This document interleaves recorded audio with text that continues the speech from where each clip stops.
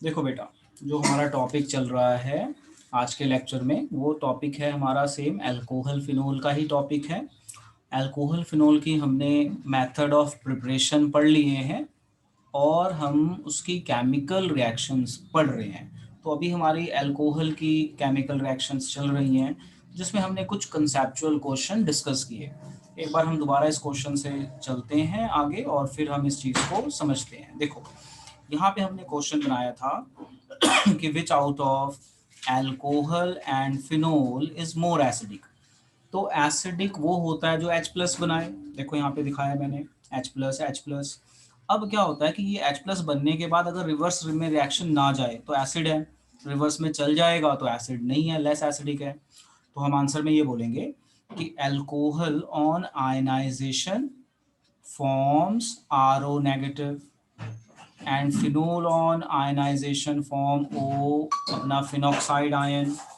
Now RO negative, that is alkoxide ion, is not stable. तो ये stable होने के लिए बैकवर्ड करता है, इसके साथ कंबाइन हो जाएगा, रिएक्शन बैकवर्ड चला जाएगा, यानी H प्लस कम है। यहाँ पे क्या होता है, फिनॉक्साइड आयन जो है उसमें इस तरह से रेजोनेंस होती है। रेजोनेंस होने के कारण ये स्टेबल है, और स्टेबल होने के कारण इसका बैकवर्ड नहीं होता, तो बैकवर्ड नहीं होगा तो H प्लस रहेगा। So phenol is more acidic. This is what we learned in our last class कि फिनोल ज़्यादा एसिडिक क्यों है। अब हम चलते हैं आगे और चीज़ों को समझते हैं। जब हम आगे चलते हैं तो मैंने अब एक यहाँ पे क्वेश्चन बनाया हुआ है। ये क्वेश्चन है कि arrange the following compounds in increasing order of their acidic strength. Increasing order of acidic strength, और कुछ कंपाउंड दिए हुए हैं और उसका आंसर भी दिया हुआ है, तो हम इसको समझते हैं एसिडिक स्ट्रेंथ कैसे होती है। देखो, सबसे ज्यादा एसिड वो होता है जो H प्लस बनाएगा। अब कौन बनाएगा H प्लस, वो हमें स्ट्रक्चर से आइडिया लगाना पड़ेगा कि H प्लस कौन बनाएगा। So let's draw the structures one by one and try to understand. देखो, यहाँ पे जो हमारा पहला कंपाउंड है ये है प्रोपेन 1 ओल। तो CH3 CH2 CH2OH, ये हो गया हमारा प्रोपेन 1 ओल। फिर है 2,4,6 ट्राई नाइट्रोफिनोल, 2,4,6 ट्राई नाइट्रोफिनोल। तो पहले हम बनाएंगे फिनोल, फिनोल की सेकंड, फोर्थ और सिक्स पोजीशन पे नाइट्रो लगा देंगे। तो NO2 एंड हमने लगा दिया यहाँ पे 2। तो NO2 हमने लगा दिया, तो हमें ये मिल गया 2,4,6 ट्राई नाइट्रोफिनोल। अब हमें क्या है, 3 नाइट्रोफिनोल। लो जी, हम सारी स्ट्रक्चर्स बनाएंगे, उन स्ट्रक्चर्स में आंसर छुपे हैं सारे। तो लो जी, हम बनाते हैं 3 नाइट्रोफिनोल। सो फिनोल बनाया और NO2 लगाया, 3 पे आया ना, ये 1 2 3 3 पे है। 3,5 डाई नाइट्रोफिनोल। लो जी, स्ट्रक्चर्स बनेंगी, बस उसी को कंपेयर करके हमारा आंसर आ जाएगा। फिनोल बनाया थर्ड और फिफ्थ पोजीशन पे, 3 और 5 नाइट्रोफिनोल। फिर है हमारे पास फिनोल ओनली, तो फिनोल ड्रॉ कर लिया, only phenol, we have drawn phenol only. फिर है हमारे पास 4 मिथाइल फिनोल, यानी डोनेटिंग ग्रुप हो गया, 4 मिथाइल फिनोल। तो ये कुछ इस तरह से आ जाएगा, 4 पे मिथाइल ग्रुप, तो ये डोनेटिंग ग्रुप है। अब आप देखो, अब ये कह रहा है कि आप अरेंज करिए किस बेस पे, increasing order of acidic strength. अब आप देखो, H प्लस सभी बनाएंगे, H प्लस तो सभी बनाएंगे, फिनोल तो बनाएगा ही बनाएगा। अल्कोहल H प्लस बहुत मतलब कम बनाता है क्योंकि इसके पास डोनेटिंग ग्रुप बहुत ज़्यादा है, तो H प्लस ये है ना, डोनेटिंग ग्रुप लंबा है, तो बस वही आइडिया लगाओ। अब एक चीज़ याद रखो, मैं यहाँ पे नोट की फॉर्म में लिख देता हूँ, जिसके पास विड्रॉइंग ग्रुप ज़्यादा होता है ना, नोट की फॉर्म में लिख रहा हूँ, जरा ध्यान देना। अगर विड्रॉइंग ग्रुप ज़्यादा है तो उसका एसिडिक करेक्टर ज़्यादा होगा, याद रखो। More is electron withdrawing group, more is electron withdrawing group, more is acidity, more is acidic character या acidity, more is acidic, acidic character. बस अब इस हिंट का यूज करो और बता दो। तो सबसे एसिडिक देखो कौन सा होगा, सबसे एसिडिक वो होगा जिसके पास विड्रॉइंग ग्रुप ज्यादा है, तो सबसे ज्यादा एसिडिक ये रहा। तो देखो आप, ये आ गया। अब इसको निकाल दो। अब इसके बाद देखो कहाँ पे है विड्रॉइंग ग्रुप, ये रहा। फिर इसको भी जो जो आपने सेलेक्ट कर लिया उसको निकाल दो। अब कहाँ पे है ये, उसके बाद किसका नंबर आएगा, उसके बाद आपका ये आ गया ना 3। उसके बाद फिनोल आ जाता है, क्योंकि ये डोनेटिंग ग्रुप लगा हुआ है, तो जहाँ डोनेटिंग ग्रुप हो वहाँ एसिडिक कैरेक्टर कम, यहाँ पे भी डोनेटिंग ग्रुप लगा हुआ है, तो ये डोनेटिंग ग्रुप, उसके बाद इसका नंबर, फिर सबसे लास्ट में ये। तो मैंने आपको हिंट दे दिया कि आपने इस क्वेश्चन को कैसे करना था। एक मैंने होमवर्क में, तो ये आपको आइडिया लग गया कैसे करना है। एक मैंने ना होमवर्क में क्वेश्चन दिया था जिसमें मैंने बोला था अपना ब्रेन यूज करना, तो उसका आंसर मुझे सभी बच्चे नहीं भेज पाए सही से, तो वो क्वेश्चन एक बार मैं दोबारा करा देता हूँ। वो होमवर्क था हमारा कुछ इस तरह से। देखो यहाँ पे ये होमवर्क है, that was your question, homework question. इस होमवर्क क्वेश्चन में क्या करना था, अगर आप इस क्वेश्चन को देखो ध्यान से, कह रहा है show the formation of following alcohol, ये आपको एल्कोहल दिए हुए हैं, from suitable Grignard reagent with methanal, मैंने मतलब मिथेनल और ग्रिग्नार्ड रिएजेंट यूज करना है और ये दोनों चीजें आपको बनानी है। तो देखो ये कैसे बननी थी, बहुत बहुत इंपॉर्टेंट क्वेश्चन है, मैं यहीं पे साइड पे आंसर लिख रहा हूँ, जरा समझना। देखो एक्चुअल में ये क्वेश्चन कुछ इस तरह से है जो आपको करना था। देखो आपके पास है मिथेनल, मिथेनल, तो मिथेनल था C double bond O H, 1 carbon is methanal.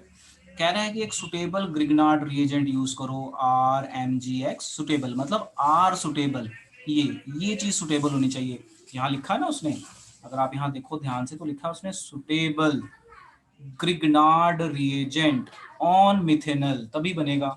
अब आप सोचो, अब आपको ये प्रोडक्ट चाहिए। अब आप प्रोडक्ट में देखो कितने कार्बन आपको दिख रहे हैं, प्रोडक्ट में आपको दिख रहे हैं ये 3 कार्बन, एक कार्बन तो मिथेनल वाला ही आ जाएगा, बाकी ये 3 एक्स्ट्रा है। मतलब आपको आर ऐसा लेना पड़ेगा जो ब्रांचिंग फॉर्म में हो, यानी फॉर फर्स्ट केस आपका जो आर होगा ना, your R would be like this, C CH3 बस ये ले लो आप, इसको रिएक्ट कराओ यही बनेगा, आप करके देखना मिथेनल से यही बनेगा। अब केस बी, अब केस बी में अगर आप ध्यान से देखो मिथेनल पर ग्रिग्नार्ड के साथ रिएक्शन करनी है यानी आर, तो एक कार्बन तो ऑलरेडी है, क्योंकि एक देखो अगर आप इस स्ट्रक्चर को देखो ध्यान से, तो आपको रिंग चाहिए और एक कार्बन चाहिए, तो एक कार्बन तो ऑलरेडी है यानी सिर्फ रिंग चाहिए।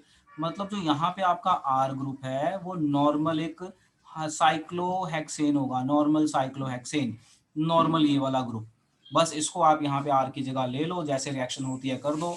रिएक्शन कैसे होती है समझो, रिएक्शन कैसे थी, C double bond O H H, R से रिएक्शन कराओगे आर एम जी एक्स, तो ये नेगेटिव ये पॉजिटिव, ये पॉजिटिव ये नेगेटिव, तो ये नेगेटिव पॉजिटिव पे अटैक करेगा, ये पॉजिटिव नेगेटिव पे अटैक करेगा, ये बॉन्ड टूट जाएगा, जैसा आपको सिखाया हुआ है ये बॉन्ड टूट जाएगा या यहाँ पे शिफ्ट हो जाएगा।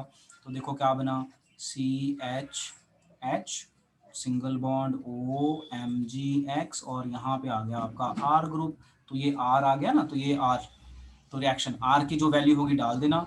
उसके बाद इसकी हाइड्रोलिसिस कर लेते थे अगर आपको याद हो, तो हाइड्रोलिसिस करेंगे तो ये चीज़ निकल जाएगी और ओ एच आ जाएगा, तो ये आपका बन जाएगा CH2 R single bond O H, साथ में जो बनता है वो उसको दिखाने की आपको ज़रूरत नहीं है।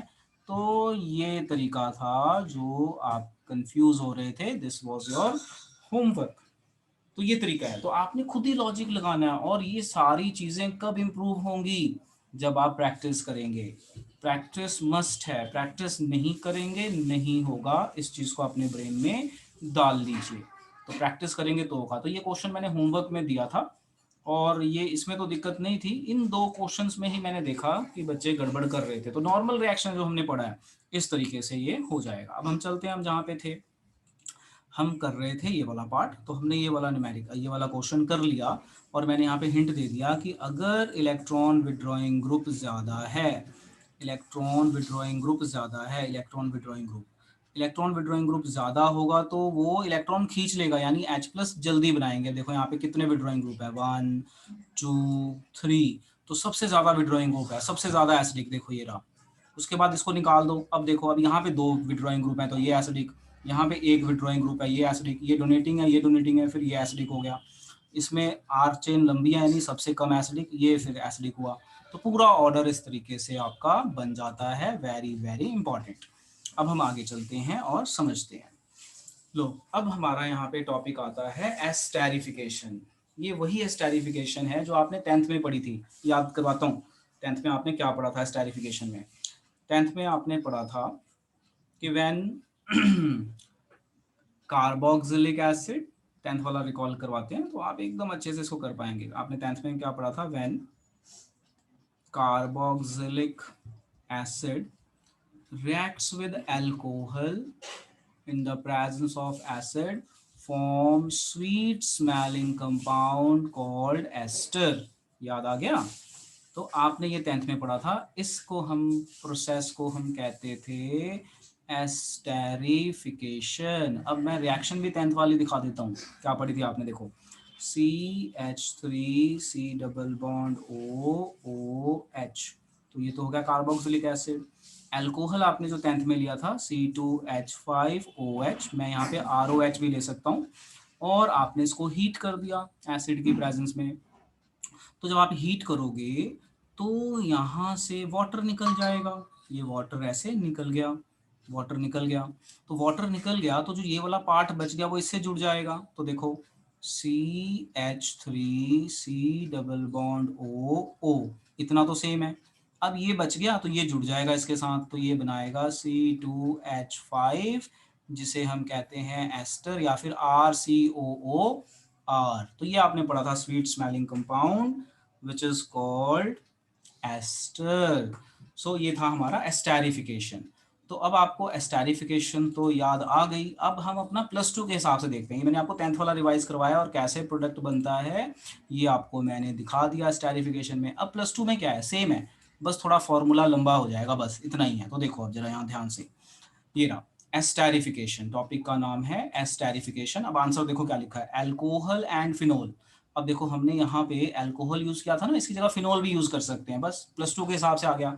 अल्कोहल यूज करोगे तो सेम रिएक्शन 10th जैसे, फिनोल यूज करोगे तो C2H5 की जगह बेंजीन आ जाएगा, बस इतना ही फर्क होगा।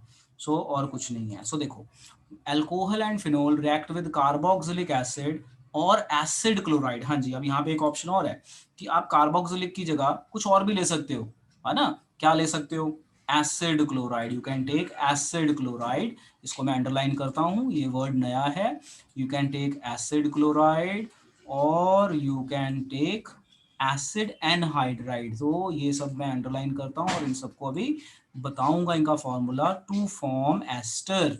तो देखो हमने 10th में अल्कोहल एंड कार्बोक्सिलिक पढ़ा था। अब हम +1 में कह रहे हैं हम अल्कोहल की जगह +2 में कि फिनोल भी ले सकते हैं, और कार्बोक्सिलिक की जगह एसिड क्लोराइड और एसिड एनहाइड्राइड भी ले सकते हैं। तो अब ये देखो कैसे होता है।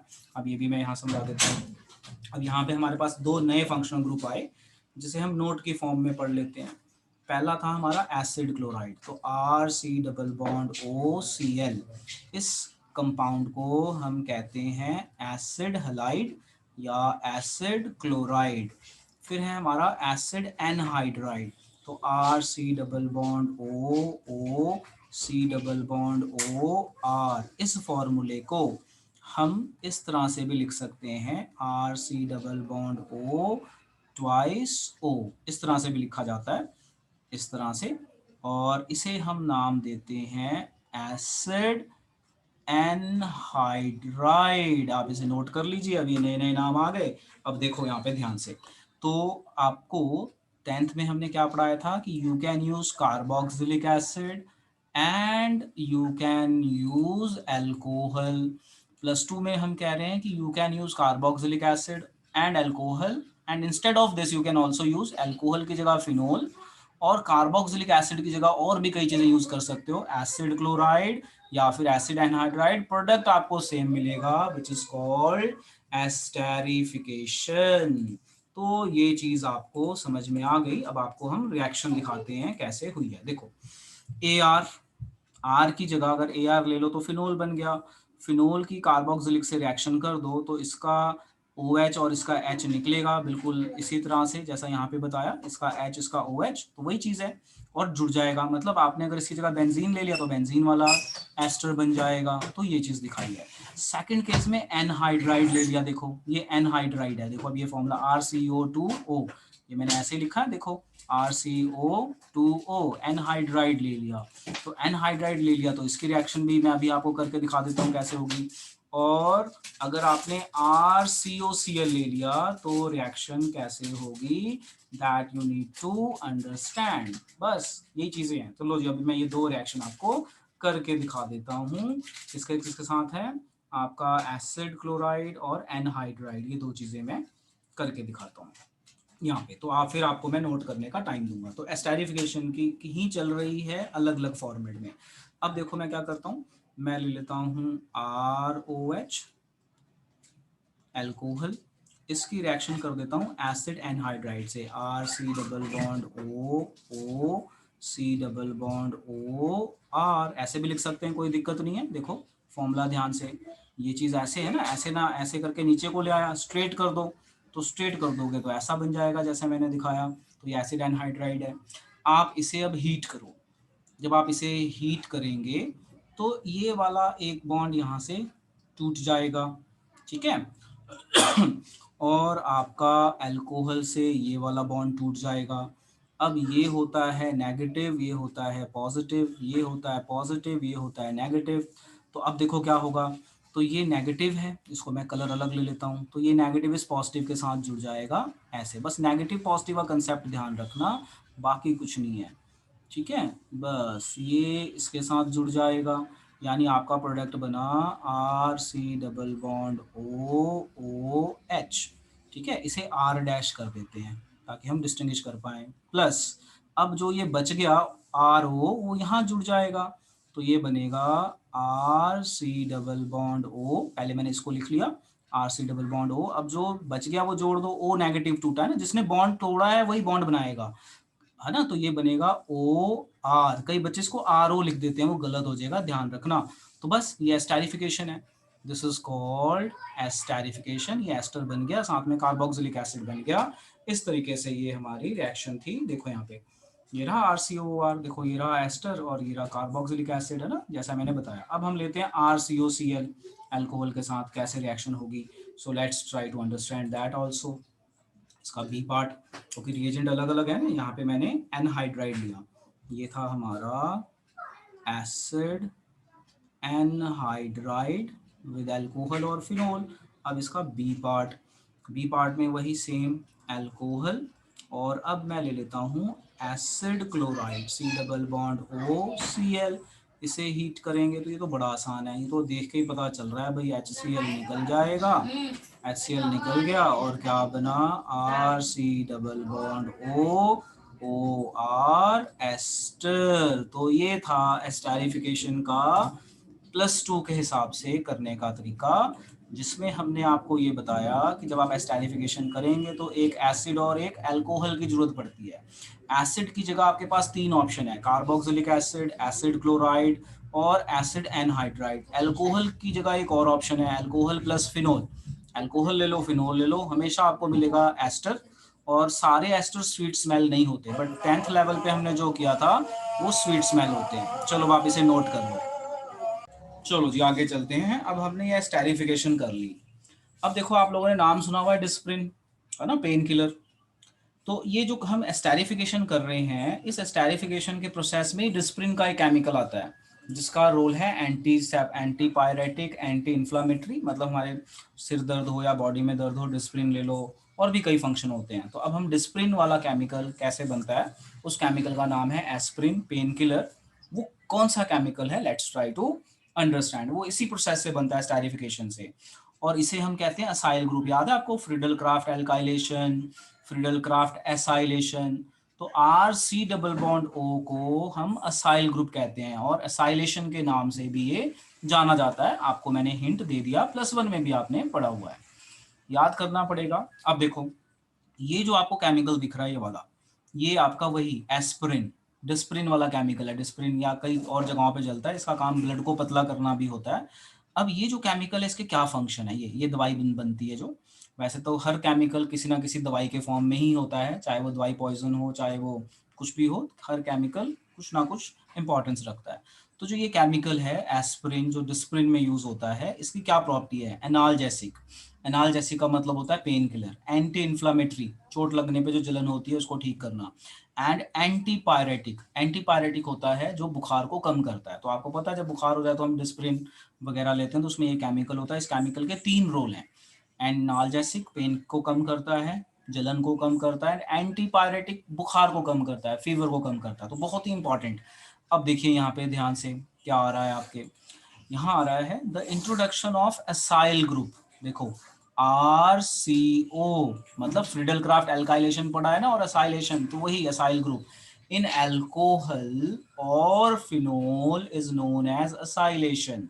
असाइलेशन ऑफ सैलिसिलिक एसिड बहुत इंपॉर्टेंट है, very very important. Acylation of salicylic acid produces aspirin, और ये एस्प्रीन आपका डिस्प्रिन वगैरह में यूज होता है, जिसका ये काम है। अब हम इस रिएक्शन को करके देखते हैं और समझते हैं ये कैसे काम करता है। देखो ये है हमारा सैलिसिलिक एसिड, याद रख लो salicylic acid. 2 hydroxy benzoic acid इसका आईयूपीएसी नेम है, क्योंकि ये स्ट्रॉन्गर ग्रुप है तो यहाँ से 1 शुरू हो जाएगा और बाकी आपका 2 हाइड्रोक्सी सैलिसिलिक एसिड। और ये आपका एनहाइड्राइड है, जो आप अभी पढ़ के आए, एसिड एनहाइड्राइड। एसिड की प्रेजेंस में रिएक्शन करेंगे तो ये ग्रुप जैसे बताया था टूट जाता है, यहाँ से टूट जाता है, तो ये ग्रुप यहाँ जुड़ जाएगा और आपको मिलेगा डिस्प्रिन का कंपोनेंट कॉल्ड एस्प्रिन। और एस्प्रिन के क्या रोल है यहाँ पे, तो इस रिएक्शन को मैं यहाँ पे करके दिखा देता हूँ, आप समझिए जरा कैसे। देखो ये है हमारा सैलिसिलिक एसिड, समझते जाइए ध्यान से कैसे होती है रिएक्शन। बेंजीन, बेंजीन को बनाया COOH, तो ये बन गया हमारा बेंजोइक। बेंजोइक के सेकंड पोजीशन पे OH लगा दो और इसकी रिएक्शन कर दो एनहाइड्राइड से, RC double bond O C double bond OR। यहाँ पे R की वैल्यू है CH3। तो जब ये इससे रिएक्ट करेगा तो ये चीज बाहर निकल जाएगी। नेगेटिव पॉजिटिव वाला कंसेप्ट लगाओ, नेगेटिव पॉजिटिव, नेगेटिव पॉजिटिव, तो निकल गया उसके हिसाब से। तो आपको प्रोडक्ट क्या मिला, देखो क्या मिला प्रोडक्ट। प्रोडक्ट में आपका जो है बेंजोइक एसिड, बेंजोइक एसिड तो है ही है, तो बेंजोइक एसिड जो आपका केमिकल है COOH, और यहाँ पे O, और O के साथ ये जुड़ गया। आप देखो जो यहाँ पे आपको दिख रहा है, ये आपका नेगेटिव है पॉजिटिव है, ये चीज जुड़ गई, C double bond OR, check कर लो, है ना, C ये O, C double bond O CH3, साथ में आपका ये ग्रुप बन गया RCOOH।